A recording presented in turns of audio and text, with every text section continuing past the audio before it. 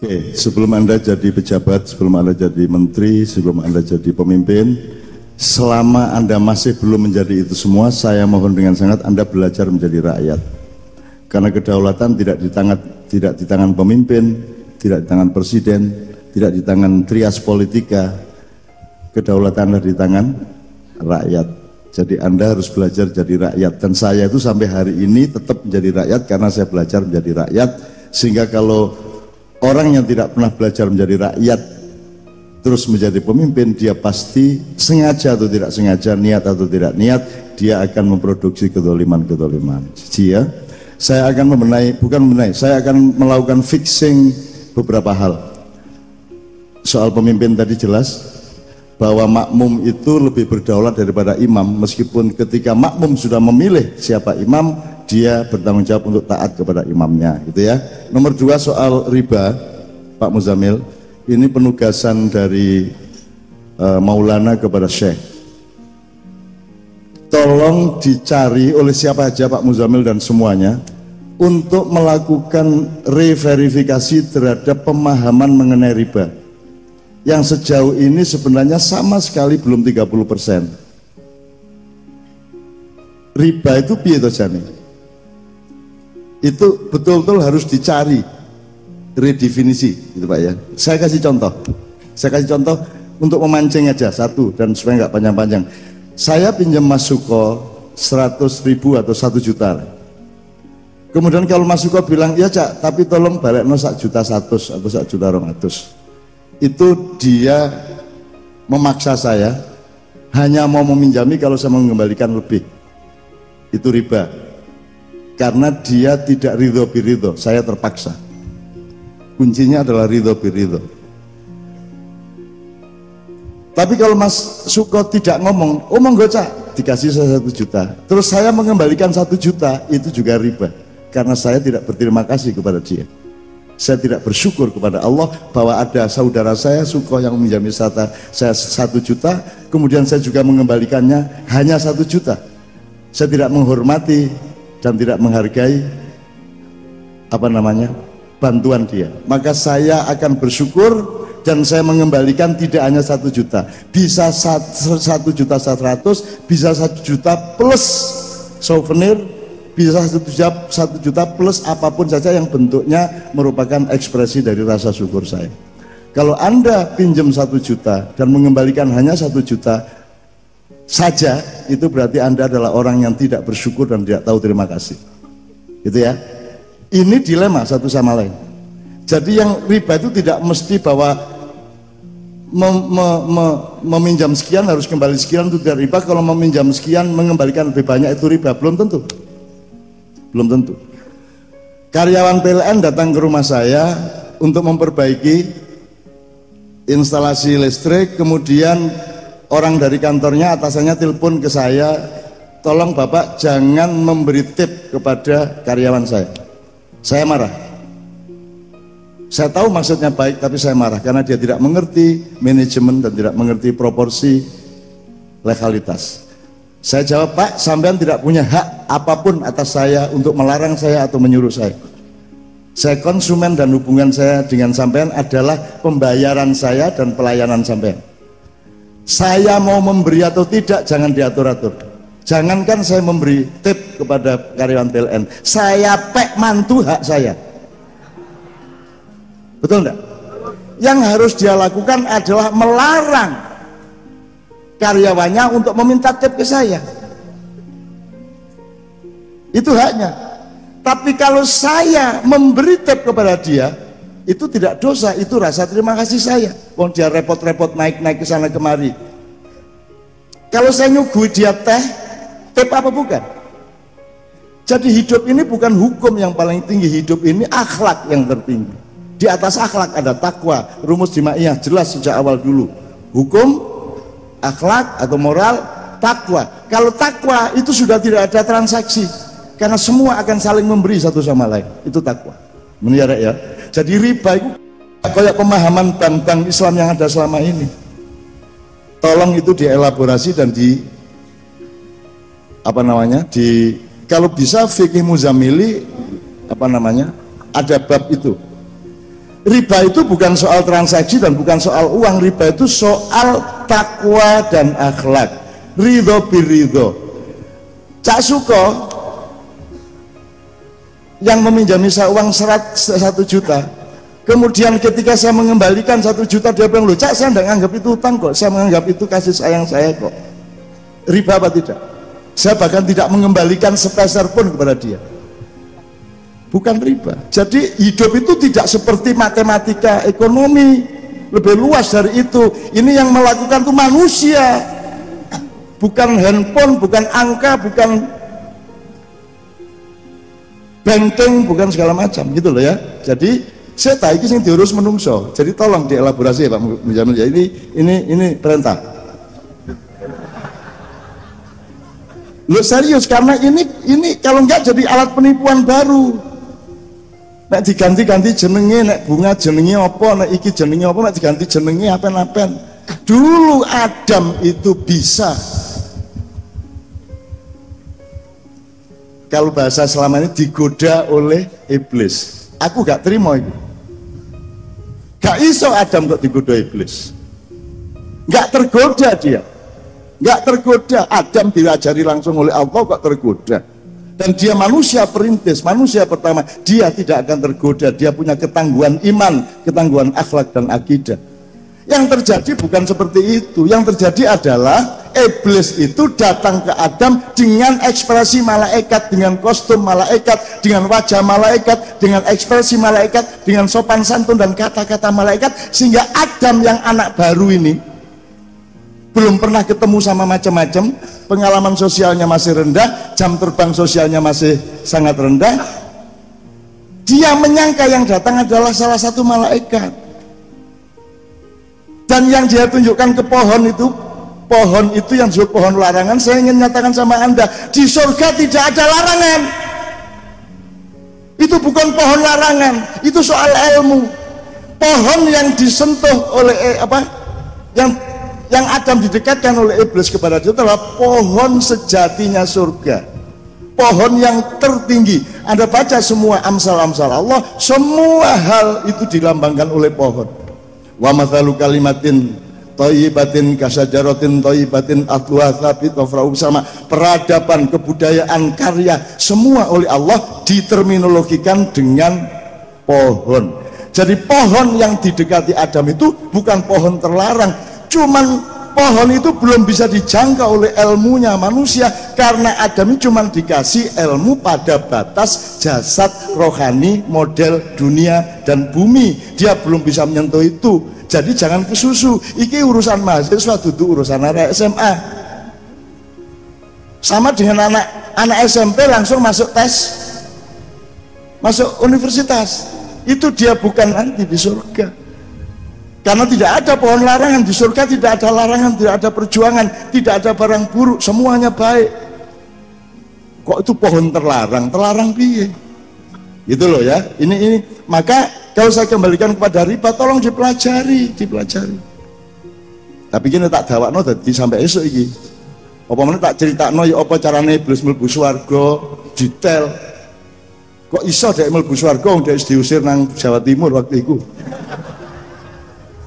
Iya, jadi ketika ada mengatakan Allah mengatakan fasajadu, bersujudlah semua malaikat kecuali iblis, maka iblis dicopot jabatannya sebagai malaikat, dikasih jabatan baru yang namanya iblis. Itu jabatan, bukan eksistensi, bukan kedirian dan substansinya.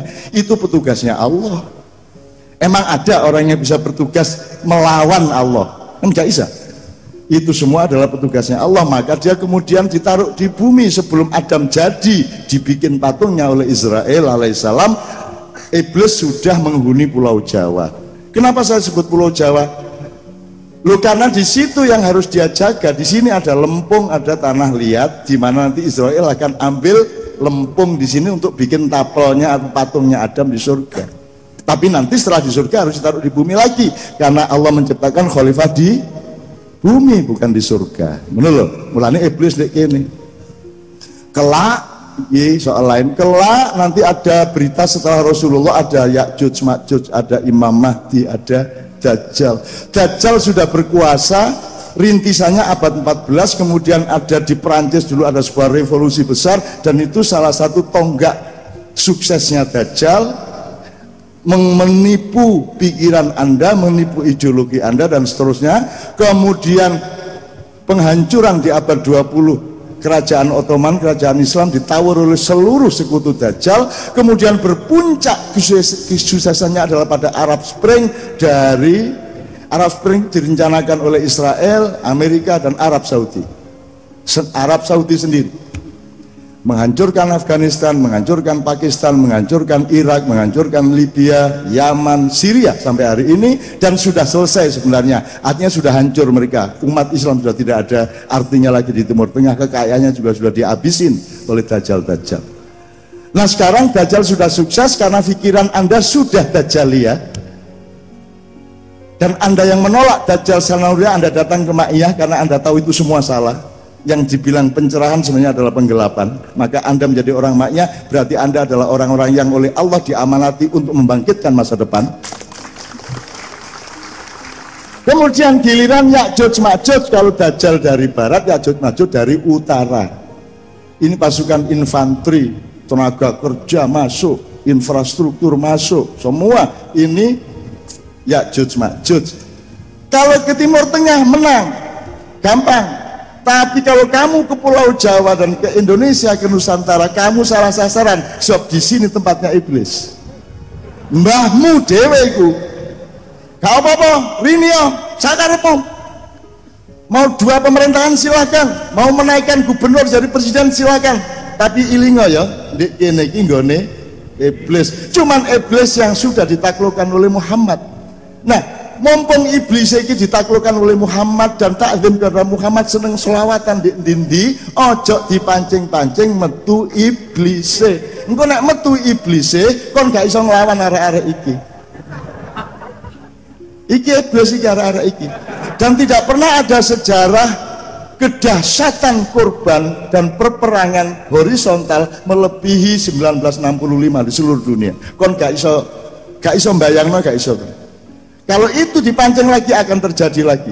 65 akan terjadi lagi yang akan datang. Nek kon anjene mancing-mancing ngono, arek-arek engko Kanjeng Nabi ne nyuwun sewu kula tak ucul diluk nggih.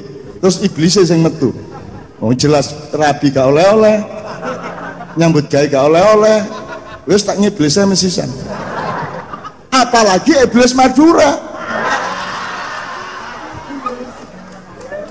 Lha ya apa? Yai Sapu Jagat ndelok santri-santri ini ngobong-ngobong gereja, muring-muring pakai jeep itu, ndukur jeep.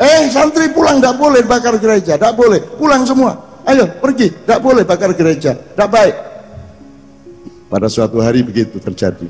Terus karena sudah semuanya meninggalkan gereja, Pak Yai pulang ke pesantrennya. Loh, dinteni kok endi arek-arek kok gak mulai-mulai. Ternyata dibaleni meneh ngobong toko-toko. Loh, kan saya sudah bilang tidak boleh bakar-bakar. Loh, sampean kan bilangnya tidak boleh bakar gereja. Berarti lainnya boleh. Loh, ngono nek Madura. Ya apa? Hati-hati kan karo Madura. Oke. Jadi ngerti ya soal iblis ya. Jadi asal Anda datang ke sini, Anda asal datang berkumpul sini, maka iblis itu taat kepada Muhammad, jangan khawatir. Itu kontraknya cuma sampai hari kiamat. Dan sekarang sebenarnya pekerjaannya sudah selesai. Dan dia takzim kepada Muhammad. Kapan saja Muhammad manggil iblis, iblis datang. Iblis disuruh membukakan strategi perangnya, dibuka kepada Muhammad. Karena Muhammad bukan musuhnya. Muhammad adalah yang mengasuh seluruhnya. Menurut ya? Jadi Muhammad bukan hanya Semar yang mempunakawani Pandawa, bukan hanya Togok yang mempunakawani Kurawa. Muhammad adalah pengelola Bharatayuda itu sendiri secara keseluruhan. Lagi ilmu ini dawa menit diterusno kapan-kapan di Padang Bulan, di Bang Wetan karo Padang Bulan. Tapi intinya ngono iku. Terusno nek kon wani, kon ojo lali, ojo anjane gak ro. Engko kepethuk lho lah tak mbah kula dhewe to mriki lho ya mulane wis. Kon ojo macam-macam wis dikai ati ojo njaluk rempelo. Gitu mboten. Iki sing kok keluh nama lho rek, ya. Oke, ini jawabannya. Oke. Sekarang saya singkat. Setelah itu kita akan dengan Kiai Kanjeng. Setelah riba sudah, Mas ya. Nomor 2, karena Madura terlanjur diomong-omongkan menjadi kiblat Indonesia segala macam, saya memberi PR, terserah kon kok lakoni kagak, tapi aku ngerespon nguniku. Ada 5 hal yang harus Anda pelajari beneran kalau Anda memang menginginkan Madura bangkit kembali. Anda jangan GR dengan Madura Anda sekarang. 1, pelajari Madura itu dari antropologi sejarahnya sejak zaman dahulu. Bagaimana itu, dari mana Anda datangnya kok tiba-tiba tutup Madura itu? Dan bukan dari Jawa pasti. Wong jelas Bangkalan karo Surabaya bahasanya ada ya karu-karuan. Kita mboten. Jadi pasti bukan dari Surabaya. Dan Anda lihat ada keanehan. Seharusnya kan yang dekat Jawa lebih halus daripada yang jauh Jawa. Di Madura tidak terbalik. Semakin dekat Jawa semakin keras. Berarti pusat asal usulnya tidak di barat tapi dari utara. Jadi Madura itu Anda pelajari antropologis, sejarah antropologisnya. Mereka orang Madura adalah salah satu suku Melayu lama. Makanya bahasanya banyak dekat ke bahasa Indonesia, bukan dekat ke bahasa Jawa. Dan seterusnya. Kemudian Anda pelajari, yang kedua Anda pelajari sejarah yang agak dekat sejak Pramojopahit. Makanya tadi ada sumpah lapa-lapa tadi, ya. Anda pelajari Cakraningrat, Anda pelajari Trunojoyo, ya, segala macam, supaya Anda tahu persis posisi Madura di dalam sejarah Indonesia. Ya, Indonesia dalam arti tidak 45 saja, tapi sejak abad 14, 13, 14. Nomor 3, tak catat kira aku. Anda pelajari kembali sejarah ulama-ulama Basrah yang sekarang sudah tidak ada. Mungkin masih ada, tapi sudah tidak dengan elan seperti dulu. Saya dulu dekat dengan Madura puluhan tahun, dan dekatnya itu terutama dengan melalui pintu ulama-ulama Basrah. Ulama Basrah inilah yang menjadi murabbin, yang merawat Madura, etosnya, kebudayaannya, ya, agamanya, nilai-nilai harga diri Madura yang memelihara, yang menjadi murabbinya adalah kiai-kiai Basrah. Makanya di sana ada caruk, jangan dimarahi dulu. Caruk itu kan hanya terjadi kalau harga diri dasar itu disentuh, misalnya istrinya dicium orang, kan gitu. Melendi kon bojomu ijol-ijolan karo konco, opo kok jogo sebagai martabatmu? Jadi caruk harus dilatar belakangnya. Caruk itu cuma akibat, sebabnya harus Anda pelajari dulu. Jadi caruk tidak mesti jelek, daripada Anda di Jakarta tuker-tuker istri satu sama lain, kan begitu. Kan mending orang Madura yang caruk mempertahankan martabat keluarganya dan seterusnya. Itu ketiga. Jadi oke, tepuk tangan ya, nggak apa-apa untuk Madura. Saya tidak menganjurkan orang untuk caruk, tapi jangan terus orang modern enak aja mengatakan caruk itu primitif. Caruk itu lambang harga diri manusia, kan begitu. Meskipun outputnya, ekspresinya boleh kita tawar, tapi harga dirinya jangan hilang, daripada orang modern yang makin tidak memperhatikan harga diri. Betul enggak? Oke, itu ketiga. Keempat, tolong pelajari konflik sampit antara Dayak dengan Madura.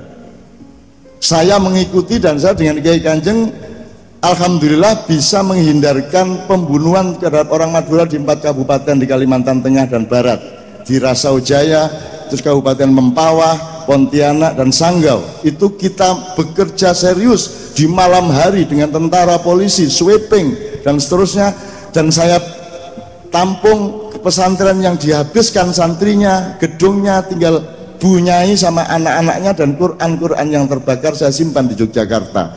Nah, sejarah sampit ini harus direcover oleh orang Madura. Waktu itu kiai yang paling utama adalah yang sekarang ada di dalam penjara. Itu juga sebuah pembelajaran yang sangat serius. Kalau Pak Muzamil dan teman-teman bisa membangkitkan kembali dengan santun dan mulus berdirinya kembali jaringan ulama-ulama Basrah, insya Allah Madura akan bisa menjadi kiblat Indonesia. Tapi Basrahnya hidup dulu dan sampit direcovery secara akhlak, secara budaya, secara sejarah dan seterusnya. Gitu. Yang terakhir, dengan 4 itu tadi Anda pelajari, baru Anda bisa menjawab kata-kata Allah, firman Allah, ya ayyuhalladzina amanu taqullah faltandur nafsum ma qaddamat lighad wattaqullah innallaha khabirum bima ta'malun. Masa depan Madura hanya bisa Anda jawab kalau Anda sudah fix memahami masa silamnya Madura, yang dekat maupun yang jauh. Itu ya untuk Madura. Tadi riba sudah, Madura ini tinggal 2. Yang satu kebangsaan. Saya Wis mergo sampean anakku kabeh ya rek putuku kabeh aku nggae PR wis ngene pelajarannya dari epistemologi ae. Misalnya selama ini Pak Muzamil, ya ayyuhan nas inna khalaqnakum min dzakari wa untha wa ja'alnakum syu'uban wa qabaila lita'arafu, itu diterjemahkan wahai manusia, aku menciptakan kamu semua laki-laki dan perempuan bersuku-suku dan berbangsa-bangsa. Oke, laki perempuannya kapan-kapan. Tapi waktu ayat itu turun belum ada konsep bangsa. Belum ada bangsa. Bangsa itu cari lahirnya kapan, abad piro. Jadi tidak ada bersuku-suku dan berbangsa-bangsa. Tolong itu dibenahi juga tafsirnya, gitu ya. Oke. Nah, dari sudut Anda, semua bisa menjadi peneliti, semua bisa menjadi pembelajar. Tidak harus doktor, tidak harus orang yang pandai, tidak harus orang yang terlalu menguasai metodologi. Sebab metodologi itu salah satu fungsinya adalah untuk bekerja menemukan metodologi yang lebih baru dan lebih relevan terhadap fakta-fakta yang didekatinya. Misalnya ini wes, gini, negara itu apa? Negeri apa? Nagari apa? Sejak lo telu itu negara, nagari, negeri. Salah satu contoh, beliau ini pegawai negeri dan itu salah secara epistemologi. Seharusnya pegawai negara, taat kepada undang-undang negara. Kalau negeri tidak punya undang-undang, karena negeri itu bahasa kultural, bahasa romantik, dia tidak padat. Jadi kalau pegawai harus pegawai negara. PNS itu pegawai negara sipil. Taatnya tidak kepada pemerintah, tidak kepada atasan, tapi taat kepada undang-undang. Presiden dan satpam di kantor kabupaten sama fungsinya, yaitu wajib taat kepada undang-undang Republik Indonesia. Langsung sih, sekarang enggak taat kepada atasan. Mana dalam undang-undang yang mengatakan bahwa seseorang harus taat, seorang pegawai harus taat kepada atasan? Apalagi atasannya adalah tenaga outsourcing. Sing jenenge wali kota, bupati kula gak tahu nyambut gawe di pemerintahan, moro-moro dadi bupati outsourcing, tenaga sementara, ya tak? Terus harus ditaati oleh pegawai yang sudah berpuluh-puluh tahun di situ. Ini tidak masuk akal negara kita ini, gitu ya. Itu contoh dari beda negeri sama negara. Terus cari sekarang di Quran yang biasa, yang orang pesantren. Inna anzalna fi wattini wazzaituni wa turi sinina wa hadzal baladil amin. Di Quran ada balad. Apakah itu negara atau negeri atau nagari? Cari. Kemudian ada baldatan, baldatun. Dua. Ada formula, jadi kan beda ini. Balad sama balda. Kemudian ada biladun. 3, 4 ada Korea. Yang terbanyak Korea di Al-Quran. Korea itu kita memahaminya desa. Untung kita orang Jawa, ada transformasi dinamis, progresif, desa mawa coro, negara mawa toto. Nah ini kalau mau belajar bener, syukur ada penelitian itu di kampus yang memang urusan fakultasnya seperti itu. Jadi ada baldah, bilad, balad, Korea. Yang mana negara itu? Belum lagi nanti ada khilafah, ada imamah. Anda tahu yang bisa menyaingi Cina sekarang hanya Iran, karena Iran sama Cina RRC itu sama sistemnya, yaitu imamah. Jadi kalau Syiah pakai imamah, jadi struktur dari atas ke bawahnya fix. Cina juga begitu, politiknya politik imamah, meskipun namanya komunisme, tapi sama pergerakannya pergerakan imamah. Jadi yang pinter menanggapi konflik antara kanan dan kiri, kapitalisme dan sosialisme itu hanya Cina. Cina gak gelem kapusan karena mereka tahu kapitalisme dan sosialisme itu juga cuma pura-pura, itu bikinan Dajjal tadi itu. Maka Cina tidak membubarkan komunismenya, tapi juga tidak menolak kapitalisme, kan begitu. Kita dengan gegap gempita menolak komunisme, kemudian menerima kapitalisme, dan gak karu-karuan. Pokoknya apa diterima anggar mbateni. Kan begitu akhirnya. Sampai-sampai ada suatu saat di Indonesia, zaman dulu Anda masih kecil, yang namanya negara kapitalis, demokratis, misalnya Amerika dan lain-lain, itu pedomannya gini. Kamu bebas ngomong apa saja, tidak akan ditangkap, tapi cari makan sendiri-sendiri. Itu kapitalisme. Nek sosialisme, kita kasih makan, kita kasih rumah, kita kasih air minum, beres semuanya, tapi jangan ngomong macam-macam. Tak tangkep kan, joakan cangkem, terus kan karimangan, itu sosialisme. Indonesia, silahkan ngomong apa saja, dan tidak saya kasih makan. Kamu tidak boleh ngomong apa, kamu tidak boleh ngomong macam-macam tentang pemerintah dan harus cari makan sendiri. Jadi paling gak enak di Indonesia biar. Nah saiki sembarang oleh asal mbadeni. Koalisi antar partai gak perlu setia dari atas. Mestinya kan KMB bersparing sama KIH sampai bawah. Jadi setiap kabupaten ya kudu KME lawan KMB lawan KIH. Enggak, begitu modern selingkuh, sing iki kudune malah wah bolak-balik sapa sing bayar paling akeh. Kan begitu. Nah, ini contoh teman-teman sekalian bahwa harus dicari formula negara yang baru. Terserah namanya tetap negara tidak apa-apa. Kerajaan monggo, kesultanan monggo. Harus tahu kesultanan itu apa. Mada as-sultan, wa ma adraka mas sultan. Kenapa ada kata sultan? Dari mana diambil kata sultan? Gitu loh. Apa bedanya Mojopahit dengan Mataram Islam? Kamu sudah punya Mojopahit, kamu punya Mataram Islam. Kenapa kamu bikin negara kok meneruskan Belanda, tidak meneruskan mbah-mbahmu sendiri? Itu kesalahan dan dosa terbesar kita bersama. Begitu kita merdeka, kita tidak meneruskan siapa diri kita, tetapi kita meniru penjajahan-penjajahan, bahkan kebangsaan. Mohon dicari. Juga syukur ada yang agak kualitatif risetnya. Penjajahan itu mulai kapan? Bentuknya berkembang bagaimana, sekarang masih dijajah apa tidak. Tadi Pak Suko sudah mengatakan bahwa sekarang ini penjajahan justru memuncak dan lebih lengkap. Yang menjajah Anda dulu kan punya kantor, datang tentaranya bawa debil. Sekarang tidak, kamu dijajah dan yang menjajah kamu itu kamu pegang dan kamu cintai dan kamu bayari. Bahkan kamu bawa sambil ngising, sambil WA. Kamu tidak tahu bahwa itu adalah bagian dari penjajahmu, ke pikiran, ke hati, ke budayamu dan seterusnya. Tapi nggak usah saya panjangkan, intinya temukan bahwa itu juga adalah penjajahan kepada kalian semua. Terakhir sekali, mohon izin Pak Rektor, terakhir cek jangkep ilmu nih. Pemahaman kembali mengenai Pancasila, syukur ada yang bikin skripsi, syukur ada yang bikin makalah-makalah. Pancasila dipahami kembali, diijtihati kembali. Yang selama ini di Maknya saya sarankan adalah melihat Pancasila sebagai apa? Sebagai gradasi manajemen. Gampangan ini. Akidah Pancasila siji. Kalau akidahnya dibenerin dulu. Terserah mau Kristen, mau Buddha, mau apa terserah, pokoknya beneran sama Tuhan, nggak main-main. Ya. Baru kamu bikin dunia pendidikan. Baru mendidik anak kecil, mendidik siswa, mendidik mahasiswa. Itu sila kedua. Yang poinnya adalah kemanusiaan yang adil dan beradab. Itu dunia pendidikan, sila kedua. Kalau sila kedua berhasil, kamu pilih di antara yang anak didik yang hebat-hebat, yang bagus-bagus, yang baik-baik, menjadi orang yang akan menghuni institusi-institusi pencipta negara, yaitu parpol, ormas, dan seterusnya. Itu adalah output dari pendidikan.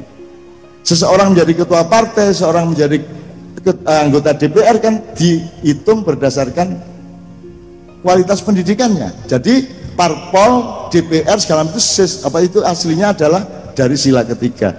Syaratnya sila ketiga adalah bersatu di dalam kerakyatan, yaitu persatuan Indonesia. Saya tanya, parpol bersatu apa tidak? Maksudnya bersatu di situ kualitatif.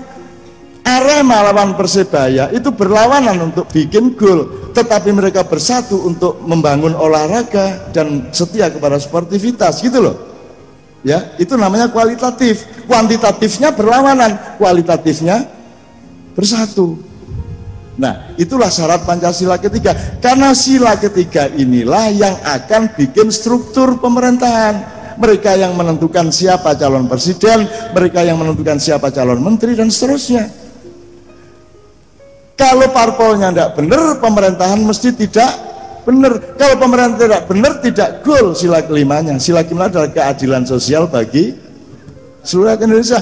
Rakyat juga tolong memahami bahwa urusan kita bukan kemakmuran, urusan kita keadilan. Kan begitu. Kalau kamu mencari kemakmuran, pasti tidak adil dan pasti banyak yang sengsara. Tapi kalau kamu urusannya adalah keadilan, Meskipun tidak sejahtera sehebat-hebatnya, tetapi pasti akan lebih sejahtera daripada kalau nggak ngurusin sejahtera. Makanya jargonnya adalah adil makmur, bukan makmur adil. Sebab nek makmur dhisik gak mungkin adil. Mulanya bapak-bapak dulu bikin adil dan makmur. Jelas toh? Lah kok saiki wong mikir iki makmur. Aku duwe kanca 40 tahun Pak seniman gak tau kepethuk aku 40 tahun. Ku kepethuk aku ngene iki. Sampean juga kenal orangnya. 40 tahun gak ketemu. Dan aku wis gak tahu ngurusi soge melarat, gak tahu, wis gak ono tema iku, gak ono di urip kuwi. Aku mek ngurusi pelayanan kepada rakyat. Ngono iku kepethuk aku takon ngene. Nun, piye kabare? Jare kowe saiki makmur. Coba piye iki? Kuwi wong tuwek empong melarat sing diurus ning uteke iki makmur. Nek ana wong duwe mobil dhek emeng motor cemburu dengki, coba gagal jadi manusia. Dan Anda jangan seperti itu. Kalau Anda mengurusi keadilan, Anda pasti makmur. Tenang aja, pasti makmur. Nah, itu terakhir rek.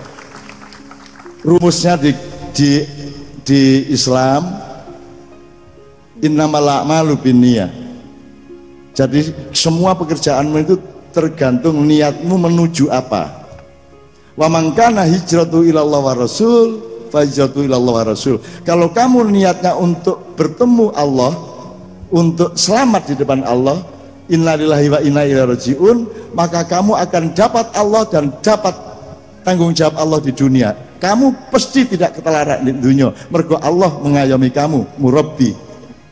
Tapi kalau wa man kana hijratu ila dunya fanala ma hajara ilaih, kalau kamu mencari dunia, mungkin kamu dapat kekayaan, tapi belum tentu dapat kepengasuhan dari Allah, belum tentu dapat ridho dari Allah, dan belum tentu kekayaanmu akan awet di tanganmu. Sebelum kamu meninggalkan, mungkin kamu sudah ditinggalkan oleh harta bendamu. Jadi konco-konco, Anda harus yakin kepada Allah. Wis toh, percaya, dolek ono Allah, engko Allah tanggung jawab nang awakmu. Nek kon dolek swarga tok, mungkin oleh swarga, tapi Allah gak nyopokon ya apa? Lah gak enak sih, gak diwawu. Engko Allah teko terus ketok kon balik, ya apa kon ya? Gak enak sih, enggak. Jadi wis ta, nek kon ndolek Gusti Allah mesti oleh swarga, mesti, gila apa? Tapi nek kon ndolek swarga terus gak tapek eling Allah. Ya apa iku kok? Mulane nek kon iso sedekah titik, aja ate mbayangno ganjaran peningkatan. Ndak usah sedekah, ya sedekah titik, maka Allah akan cinta kepadamu dan Allah diam-diam akan memberikan bonusnya kepadamu. Bonus itu jangan diomongkan dan jangan dihitung melalui mulutmu. Meneng wae, pokoke kon sedekah titik. Aku rene iki rene titik. Mari ngono apa gak ro aku. Pokoke aku rene. Ketemu awakmu seneng, ndolek ilmu bareng-bareng seneng karo Cak Suko, karo Pak Rektor, karo kabeh. Wis titik iku tok. Aku gak ndolek pahala apa-apa meneh. Aku gak ro urusane ndek kene. Pokoke aku ngerti nek ketemu sampean dan aku lega, aku ridho, dan hanya untuk Allah semuanya. Benar ya?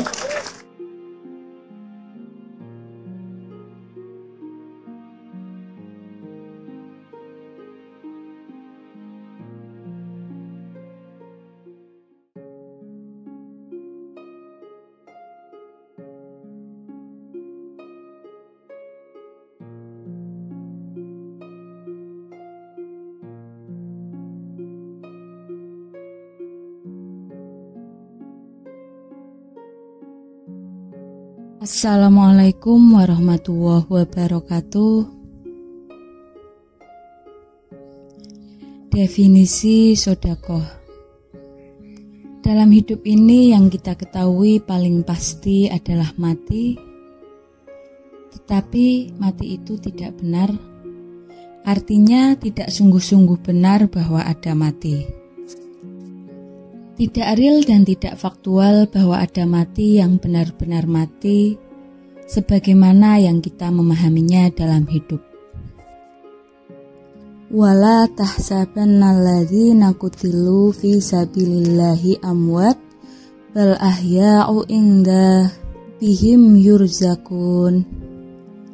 Janganlah kamu mengira bahwa orang-orang yang gugur di jalan Allah itu mati, melainkan mereka itu hidup di sisi Tuhannya dengan mendapat rizki. bal ahyaun inda rabbihim, melainkan hidup di sisi Tuhan. Bagaimana itu? Apakah selama hidup di dunia kita tidak di sisi Allah? Yang dimaksud hidup dalam ayat itu bagaimana? Hidup dalam dan dengan ekosistem apa dan bagaimana? Hidup lahir batin juga atau hidup batin saja? Jasad kita sudah mendebu di tanah, tulang daging kita sudah menyatu dengan Taurat. Kepala dengan otak, dada dengan jantung, kepala dengan otak, dada dengan jantung, sudah luluh menyatu dengan tin. Dalam posisi ahyaun inda rabbihim, itu apakah kita masih bisa mikir dan merasakan seperti sekarang? Kita semua merasa penasaran oleh ketidaktahuan itu. Sehingga logisnya, lantas kita ingin segera mati agar tahu persisnya bagaimana. Maka Allah berfirman,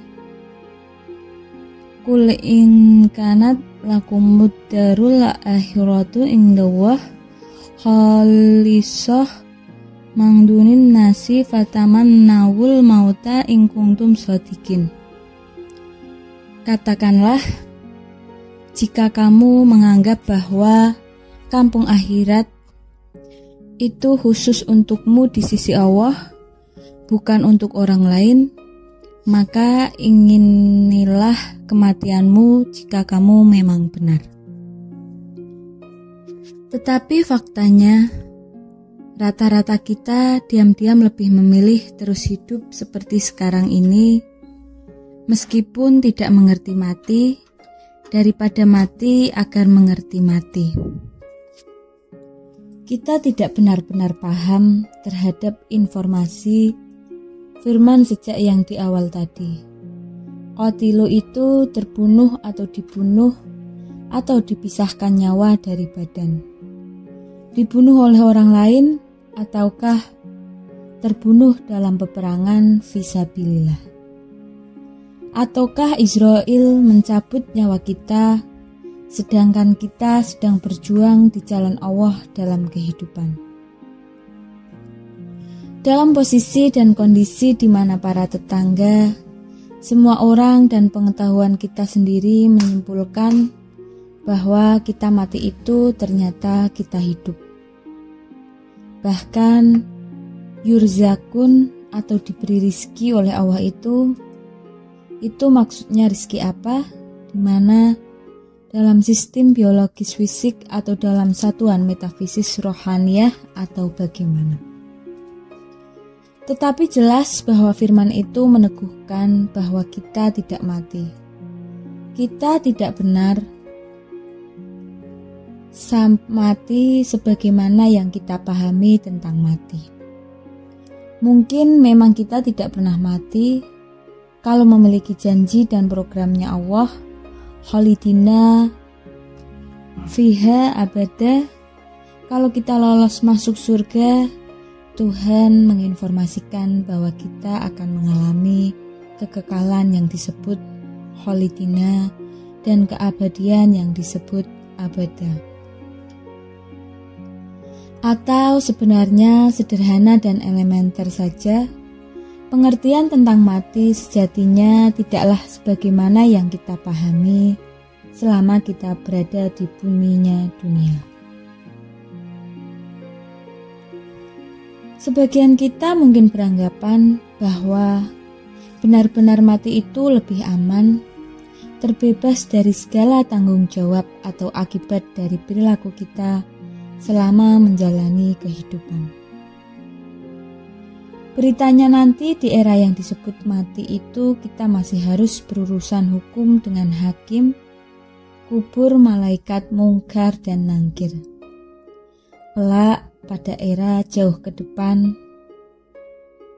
mungkin di babak final, kita berhadapan dengan petugas penimbang baik buruk, malaikat raqib dan atid. Tahap itu akan memastikan kita akan dijadikan narapidana di wilayah kekuasaan malaikat, Malik. ataukah ditamasyakan oleh malaikat Ridwan. Tetapi bagi kita yang mengimani Al-Quran dan kepustakaan utama, atau bahkan satu-satunya adalah Al-Quran, fatamanawul mauta, inginkanlah mati, ayat di atas menguji konsistensi logika kita, memverifikasi matriks berpikir dan peta pengetahuan kita. Allah menganjurkan agar kita menginginkan mati dengan kabar yang seolah-olah merupakan ironi atau paradoks dari kematian.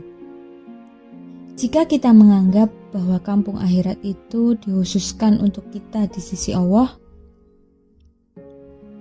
menurut pengetahuan atau teori tentang waktu di dunia, saya sudah memasuki usia 68 tahun. Waktu sepanjang itu ternyata sama sekali tidak cukup untuk punya kemungkinan memahami mati. Banyak keterangan dari para cerdik, pandai, dan kaum ulama tentang misalnya alamul nasud, alamul mulki, alamul jabarut, alamul malakut, dan alamul lahut. Ditambah banyak variabel idiomatik yang menyebut alamul jasad, alamul goib, alamul batni, alamul amri, alamul asnan, alamul hulda, dan banyak istilah-istilah lainnya.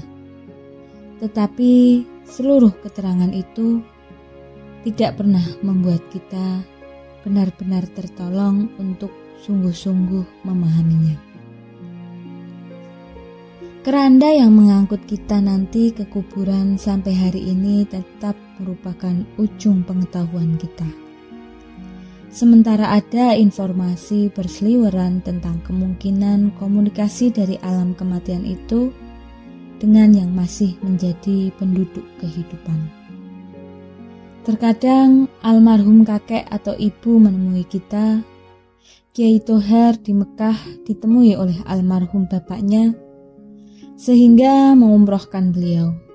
Kiai Muzamil ahlus ziarah, kubur tidak pernah melewatkan tempat manapun yang ia kunjungi tanpa berziarah ke makam entah ulama siapa.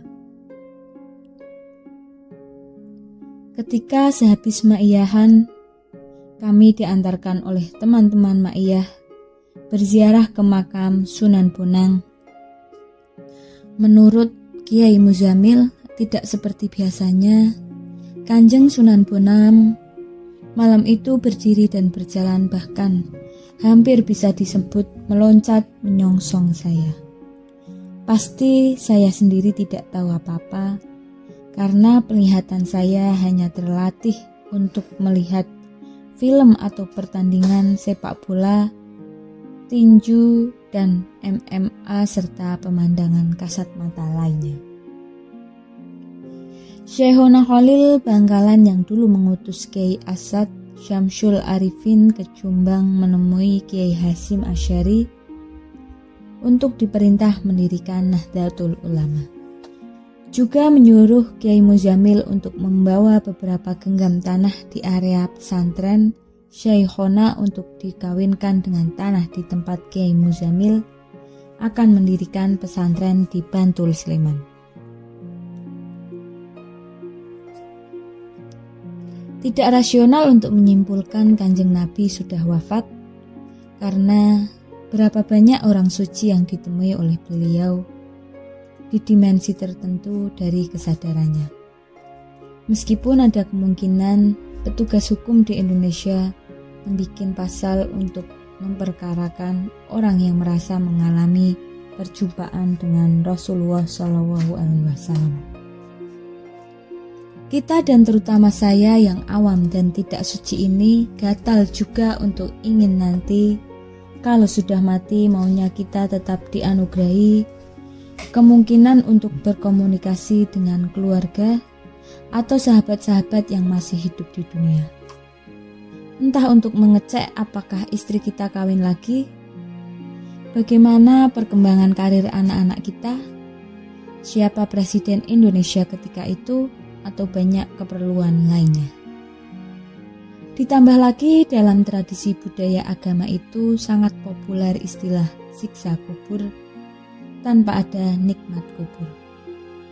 Kita jadi agak takut mati dan cemas berkepanjangan karena nanti dalam kematian kita tidak bisa berbuat apa-apa, tidak bisa merespon, tidak bisa melakukan usaha apapun. Tidak bisa ikut merekayasa politik nasional, tidak bisa apapun.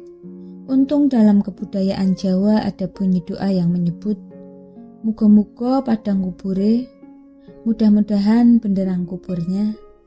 Itu pun ada beda asosiasi antara kubur dengan kuburan. Kubur lebih abstrak dan rohaniah, sementara kuburan jelas fisik, lubang dan tumbuhan tanah. Idza matabnu adman qata'a anhu amaluhu illa min salah sodaqatin jariyah u ilmin yutafa'u bih awaladi solihi yad'ulah. Apabila seorang manusia meninggal, maka terputuslah amalnya kecuali 3, yakni sedekah jariah atau ilmu yang diambil manfaatnya atau anak saleh yang mendoakannya. Terputus amal itu artinya tidak lagi bisa ngopi dan merokok, tidak bisa cari bebek goreng, tidak bisa ikut pilkada atau maiyahan, tidak bisa goes, ngerumpi, internetan di kafe atau apapun kegiatan lainnya. Di era kematian itu yang oleh Allah diaktifasi adalah amal jariah kita, ilmu yang bermanfaat serta produk dari doa anak-anak kita yang saleh. Dan itu pun kita tidak mengerti bagaimana bentuk aplikatifnya, bagaimana wujudnya, formula dan mekanismenya. Tetapi menurut saya jelas bahwa yang kita alami bukanlah dengan organ dan alat-alat hidup kita yang ini. Kita akan berpindah dari alamul jabarut, alamul malakut, kemudian alamul lahut. Ketika kita bukan sedang berkendaraan dari satu alam menuju alam berikutnya. Tidak dari dimensi satu menuju dimensi sesudahnya. Dengan membawa diri yang sama, kita bukan sedang berhijrah dari suatu level menuju level berikutnya, dari makam ke makam selanjutnya, melainkan seluruh alam itu terdapat, berada dan berlangsung di dalam diri kita. Kita bukan mikrokosmos yang mengalir, menembus atau mengelilingi makrokosmos, melainkan yang secara materialistik kita sebut makrokosmos itu sejatinya berada, bergulir dan berdinamika di dalam mikrokosmos kita.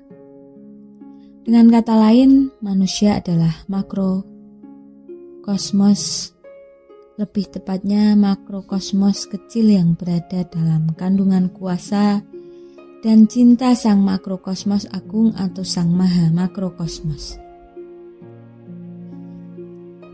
Sejak balita, kita sudah hafal inna illahi wa inna ilaihi roji'un.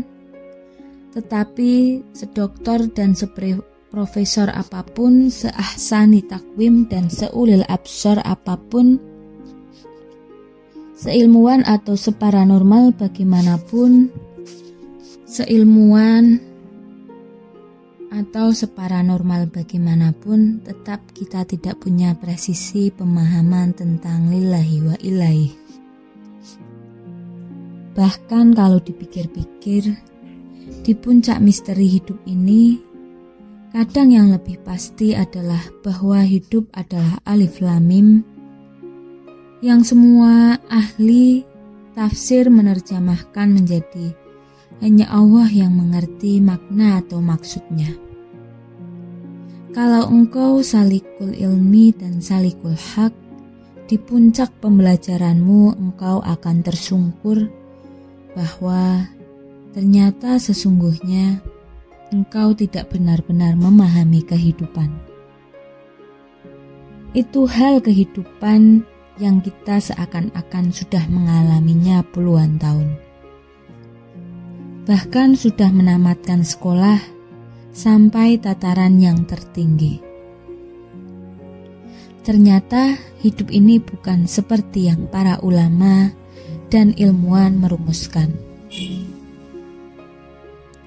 Hidup ini jauh dari apa yang kita rasakan dan simpulkan. Apalagi kematian, maka justru menjadi jelas kenapa Allah memfirmankan Alif Lam Mim. Kebuntuan seringkali menemui setiap orang, mulai lingkup terkecil diri, keluarga, bahkan sampai ranah bernegara. Dari kebuntuan membuat tema, kebuntuan menghadapi masalah ekonomi, sosial, politik, dan berbagai hal kehidupan lainnya. Begitu pula sejatinya kita dalam memandang kebuntuan dalam kehidupan. Apakah buntu merupakan sebuah akhir? Dan apakah buntu adalah sesuatu hal di dalam diri kita? Ataukah dia merupakan peranti yang berasal dari luar diri kita? Perintah itu berasal dari Tuhan, maka tidak ada perintah tidak difasilitasi, dan hanya perintah Tuhanlah yang bisa mengatasi kebuntuan kita. Ketawaduan dan kepasrahan tinggi atas kehendak Allah, berikhtiar untuk ikut menetralisir racun-racun kehidupan. Wassalamualaikum warahmatullahi wabarakatuh.